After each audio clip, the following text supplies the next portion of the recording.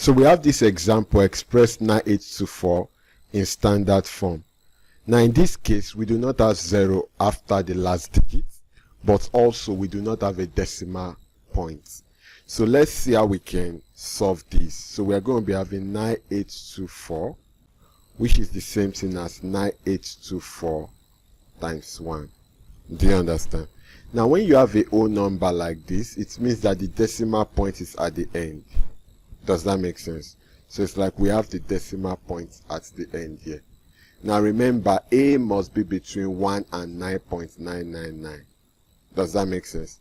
Now 9824 is bigger than 9.999, so we move the decimal point to the left. So we are going to be having 982.4. Can you see? And when we do that, we have to add 0 to 1, so times 10. Does that make sense? 982.4 is bigger than 9.9999. So we move the decimal point to the left again. We are going to be having 98.24, and then we add another 0. Do you understand? 98.24 is greater than 9.9999, so we have to move the decimal point one more time. We'll be having 9.824, and then we add another 0, so times 1000. Does that make sense? Now 9.824 is between 1 and 9.9999. So we leave our answer like this. It means that we are going to be having 9.824 times 10 raised to power. How many zeros do we have? 3 zeros. So times 10 raised to power 3. Does this make sense? Let's take one more example. Alright, so we have express 429 in standard form. Now don't forget, there is no 0 after the last digit and there is no decimal points. So we'll be having 429 equals to 429 times 1.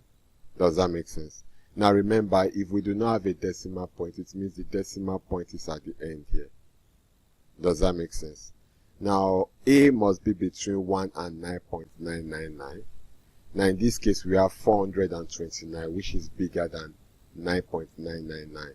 So we need to move the decimal points once. We are going to be having 42.9. And then by moving the decimal points, we add 0 to 1. Do you understand? So we have 42.9 times 10.